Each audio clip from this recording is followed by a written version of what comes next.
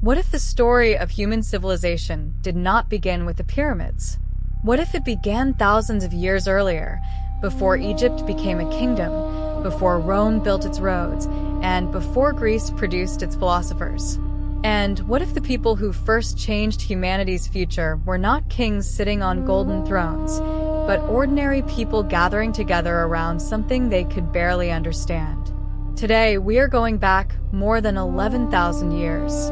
We're going to follow the archaeological evidence from mysterious stone monuments in Anatolia through the world's earliest cities in Mesopotamia, and then across Egypt, the Indus Valley, China, Greece, and Rome. By the end, you'll see why the phrase, "the beginning of civilization," is much more complicated than the history books make it sound. And there is one place where the evidence becomes especially difficult to ignore: Mesopotamia, the land between the Tigris and Euphrates, the region that produced some of humanity's earliest cities, writing systems, and organized states. But first, we have to travel even further back. Around 11,000 years ago, humans were already doing something archaeologists once thought should have been impossible. They were building enormous stone monuments. At Göbekli Tepe, in southeastern Turkey, researchers uncovered massive limestone pillars arranged in circular structures. Some of the pillars weigh several tons.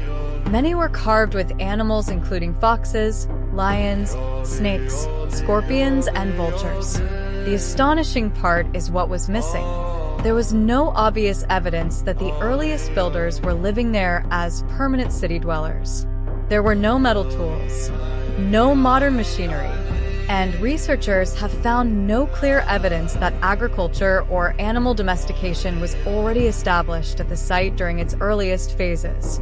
These were hunter-gatherer societies. Yet somehow, they coordinated enough people to quarry, shape, transport, and erect enormous stones. One estimate places some of the pillars at around 7 tons. Think about that. Thousands of years before the pyramids, people were already organizing themselves for monumental construction. And that creates a major problem for the traditional story. Maybe civilization did not begin with farming. Maybe large-scale cooperation came first. Researchers continue to debate exactly what Göbekli Tepe was used for, but the site clearly demonstrates unexpectedly complex social and ritual activity during the Neolithic period. And then something extraordinary happened. People began settling more permanently. They began farming, and eventually they began building cities. Now move forward several thousand years. We arrive in southern Mesopotamia, modern-day Iraq. Here, the Tigris and Euphrates created an environment where agriculture could support increasingly large populations. Small settlements grew. Then they grew again. And eventually, something appeared that would change the human story forever. The city. One of the most important was Uruk. By the 4th millennium BCE, Uruk had become a vast urban center by ancient standards. Its growth required food. Food required agriculture. Agriculture required organization. And organization created a new problem. How do you keep track of thousands of people, animals, quantities of grain, and supplies? The answer was something that would eventually transform humanity: writing. The earliest known cuneiform developed in Mesopotamia before about 3,200 BC. And remarkably, its earliest purpose appears to have been practical: administration, accounting, rations, goods. The first writing wasn't necessarily someone sitting down to write a novel. It was someone trying to remember who received what. A clay tablet could preserve information long after the person who created it was gone. That changed everything. For the first time, information could travel through generations without depending entirely on memory. Cuneiform was written by pressing a reed into wet clay, producing the wedge-shaped marks that gave the script its modern name. It would eventually be used for more than 3,000 years. And this is where civilization begins to look familiar. Cities, administrators, specialized workers, temples, Trade. records, institutions, power. But the next surprise is even bigger. Writing did not simply record civilization. It helped civilization become manageable at a larger scale. But there is a mistake we need to avoid. Civilization did not spread from Mesopotamia like a single package that everyone else copied. Different regions developed their own solutions to the challenges of organized society. Far to the east, another extraordinary civilization was emerging, the Indus Valley civilization. Around the 3rd millennium BCE, enormous settlements appeared across parts of what are now Pakistan and northwestern India. Cities such as Mohenjo-daro and Harappa displayed astonishing levels of urban planning. Streets were laid out in organized patterns. Buildings were constructed with standardized bricks. Drainage systems were built into the cities. And one of the most famous structures at Mohenjo-daro is the Great Bath. Even more fascinating are the standardized weights used in trade. That tells us something important. A complex economy requires shared standards. If one merchant's weight means something completely different from another merchant's, trade becomes chaotic. So these people develop systems for measuring goods. Yet the Indus civilization also leaves us with one of archaeology's greatest mysteries. Its writing system remains undeciphered. We can see the symbols. We can study the seals. We can examine the archaeological remains. But we still cannot confidently read what those people wrote. Imagine discovering an entire civilization and being able to see its writing everywhere, but being unable to hear its voice. That mystery remains. And while the Indus cities were developing their own sophisticated systems, another civilization was rising along the Nile. Ancient Egypt is often presented as one of the first great civilizations, and for good reason. Around the 4th millennium BCE, communities along the Nile became increasingly centralized. Eventually, Upper and Lower Egypt were united under a single monarchy, traditionally associated with the early dynastic period around 3100 BC. The Nile was the foundation. Every year, its floodwaters deposited fertile sediment across the surrounding land. That predictable agricultural cycle helped support a centralized state. Then came one of humanity's most recognizable achievements, the pyramids. The Great Pyramid of Giza would become the only surviving member of the ancient 7 wonders of the world. But the pyramids were not Egypt's only achievement. Egyptian civilization developed writing, mathematics, monumental architecture, medicine, sophisticated administration, and a complex religious system. Their calendar was closely connected to the agricultural cycle and the Nile. Their scribes recorded taxes, grain, legal matters, religious texts, and everyday administration.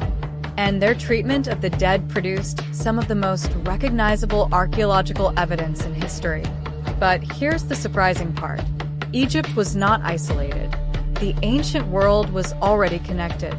Goods, ideas, and people moved across deserts, rivers, and seas.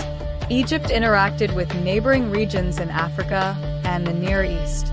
The civilizations we study separately were often part of the same larger world. And thousands of kilometers east, another ancient civilization was developing along the Yellow River. Along the Yellow River, early Chinese societies were developing their own traditions of agriculture, political organization, technology, and writing. Later evidence from ancient China includes inscriptions on oracle bones, particularly associated with the Shang period. These inscriptions recorded questions directed toward ancestors and deities. The answers were part of a political and religious system. China also became famous for bronze technology, silk production, and agricultural innovations. But something connects China with the civilizations we've already seen. The ability to organize people, to produce food, to manage resources, to preserve information, and to transfer knowledge. that may be one of the deepest foundations of civilization. Not monuments, not armies, memory. A civilization becomes powerful when one generation can build on what another generation already learned. A farmer doesn't need to rediscover farming. An engineer doesn't need to invent measurement from nothing. A ruler can inherit administrative systems. A scholar can study texts created centuries earlier. Human knowledge begins accumulating, and once knowledge accumulates, progress can accelerate. But civilization also creates something else: conflict. As cities become richer, there is more to fight over: land, water, trade routes, food, power. And in Mesopotamia, this produced competing city-states, kings, and empires. Eventually, rulers began putting laws into written form. One of the most famous examples came from Babylon, Hammurabi. His law code became one of the best-known surviving collections of ancient Mesopotamian laws. Civilization had now entered a new phase. People were no longer simply organizing food. They were attempting to organize society itself.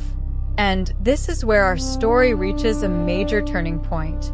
Because civilization had become more than survival. It had become systems. Who owns the land? Who pays taxes? Who receives food? Who can trade? Who has authority? What happens when someone steals? What happens when someone injures another person? These questions sound modern because they're fundamental to organized society. Hammurabi's laws are famous because they provide evidence of a ruler attempting to establish standards for justice and social order. But ancient law was not modern equality. Punishments could depend on a person's social status, and that distinction matters. Civilization created order, but it also created hierarchy. The same city that could produce writing, architecture, and administration could also produce inequality, forced labor, and warfare. That is one of the uncomfortable truths of human civilization. Our greatest achievements and our greatest conflicts grew alongside each other. And if you've made it this far, subscribe to Beyond the Surface, share this documentary with someone who loves ancient history, and turn on the notification icon. Because the next part of this story takes us from the first cities to civilizations that would shape philosophy, law, engineering, and politics for thousands of years. And there is one civilization that would take the idea of organized society and push it across an enormous empire: Rome. Centuries later, the ancient Greek world produced another transformation. The Greeks inherited ideas from older civilizations and developed their own political, philosophical, and scientific traditions. In Athens, democracy emerged in a form radically different from modern democracy. It was direct participation by eligible male citizens. Women, enslaved people, and many residents were excluded. So we should not romanticize it. But the underlying political experiment was significant. Citizens were debating how their communities should be governed. Then came philosophers: Socrates, Plato, Aristotle. They asked questions that still sound familiar today. What is justice? What makes a good government? What is knowledge? How should people live? What makes an excellent society? Greek thinkers did not invent philosophy itself. Human beings had been asking deep questions long before Athens. But Greek philosophy became enormously influential, particularly through later European intellectual traditions. The Greeks also developed mathematics, architecture, theater, and athletic competitions. The Olympic Games became one of their most famous cultural traditions. And then Rome appeared. Rome would take many ideas from the civilizations that came before it. Then it would build something enormous. Rome's genius was organization at scale. Roads, bridges, aqueducts, military camps, cities, administrative systems, law. The Roman road network connected enormous territories. Aqueducts transported water over long distances. Roman engineers developed concrete technologies and massive structures that still dominate archaeological landscapes. The Colosseum became a symbol of Roman architecture and entertainment. But perhaps Rome's most lasting contribution was institutional. Roman law influenced legal traditions long after the empire disappeared. The 12 Tables, traditionally dated to the 5th century BCE, became an important early expression of Roman law. Rome understood something the earliest city builders had already discovered. A large society cannot survive on individual effort alone. It requires systems. But Rome also reveals the cost. Its empire depended on warfare, conquest, slavery, and political domination. Civilization could connect millions of people. It could also place millions of people under imperial power. And by this point, look at what has happened. A small group of humans once gathered around massive stones in prehistoric Anatolia. Thousands of years later, humans were building cities that stretched for miles, writing laws, maintaining armies, and governing territories across continents. So where did civilization truly begin? Was it Göbekli Tepe? Was it Mesopotamia? Was it Egypt? Was it the Indus Valley? China? Greece? Rome? The evidence gives us a more complicated answer. Civilization did not have one birthday. It was a process. First came cooperation, then increasingly permanent settlements. Agriculture transformed food production. Villages became larger. Some communities built monumental structures. Some developed systems of trade. Cities emerged. Writing allowed information to survive. Governments organized people. Laws created rules. Technology changed what humans could build. And different civilizations solved these problems in different ways. Göbekli Tepe forces us to rethink the assumption that farming automatically came before complex social organization. Mesopotamia shows us one of the earliest known urban worlds and the development of cuneiform writing. The Indus civilization demonstrates sophisticated urban planning and standardized systems. Egypt demonstrates what a centralized state could accomplish along a major river. China developed its own long-lasting traditions of political organization, writing, agriculture, and technology. Greece pushed political and philosophical questions into new directions. Rome demonstrated how infrastructure, law, and administration could operate across an enormous empire. So perhaps the real beginning of civilization was not a single place. It was the moment human beings discovered that collective organization could accomplish things no individual could accomplish alone. A 7-ton stone could be moved. A city could be planned. A river could be managed. A law could be recorded. A road could cross hundreds of kilometers. Knowledge could survive its creator. And that changed humanity permanently. And this is why the story still matters. Look around you. Cities, governments, schools, written records, courts, roads, trade networks, public infrastructure. All of these depend on one basic human ability: cooperation. The ancient world did not create modern civilization overnight. It created thousands of experiments. Some succeeded, some collapsed, some were forgotten. Others survived and influenced the societies that came after them. And perhaps the biggest lesson is this. When you look at an ancient monument, you are not simply looking at stone. You're looking at evidence of people organizing themselves around an idea. A temple, a city, a law, a kingdom, a belief, a shared future. And there is still so much we don't know. Some ancient scripts remain undeciphered. Some cities remain buried. Some monuments still hide their original purpose. And entire civilizations have yet to receive the attention they deserve, especially in Africa. Because while Egypt was developing along the Nile, other African societies were also building complex cultures and political systems. And that brings us to a story we should examine next. A civilization that rose south of Egypt, controlled the Nile Valley, built pyramids of its own, mastered iron production, and eventually conquered Egypt itself. The Kingdom of Kush. If you want to see the African civilization that challenged one of the most powerful kingdoms of the ancient world, watch our next documentary, The Kingdom That Conquered Egypt, The Untold Story of Kush. And if you enjoyed this documentary, subscribe to Beyond the Surface, share it with someone who loves ancient history, and turn on the notification icon. Because the history we were taught is only part of the story. And sometimes, the most important civilizations are the ones we were never taught to look for.